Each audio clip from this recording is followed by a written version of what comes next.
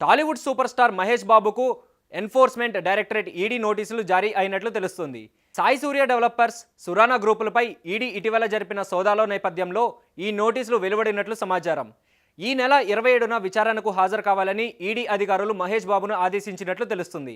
సాయి సూర్య developers సంస్థ తమ ప్రాజెక్టులకు ప్రచారం చేసినందుకు గాను మహేష్ బాబుకు 5.9 కోట్లు చెల్లించినట్లు ఈడీ గుర్తించింది. ఇందులో 3.4 కోట్లు చెక్కుల ద్వారా, మరో 2.5 కోట్లు నగదు రూపంలో మహేష్ బాబుకు అందించినట్లు సమాచారం. ఈ నగదు లావాదేవీలపై ఈడీ అధికారులు దృష్టి సాధించినట్లు తెలుస్తుంది. ఇది మనీ లాండరింగ్కు సంబంధించిన అంశమా అనే కోణంలో దర్యాప్తు చేస్తున్నారు. తెలంగాణ పోలీసులు నమోదు చేసిన ఎఫ్ఐఆర్ల ఆధారంగా ఈడీ ఈ కేసును దర్యాప్తు చేస్తోంది.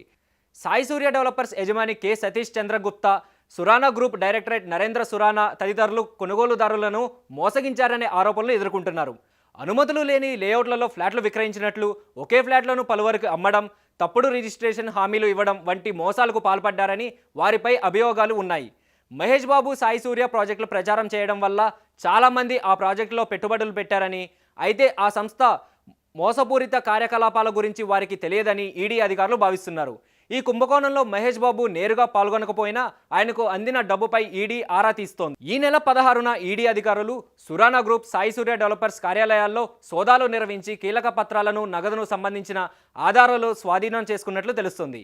ఈ సంస్థలు సుమారు 100 కోట్ల మేర అక్రమ లావాదేవీలు జరిపినట్లు ఈడీ అనుమానిస్తోంది. మోసపూరిత పథకాల ద్వారా సంపాదించిన డబ్బును పలువురికి మళ్లించారని, ఇందులో భాగంగానే సినీ ప్రముఖులు కూడా ఈ ప్రచారానికి డబ్బులు తీసుకున్నారని ఈడీ వర్గాలు భావిస్తున్నాయి.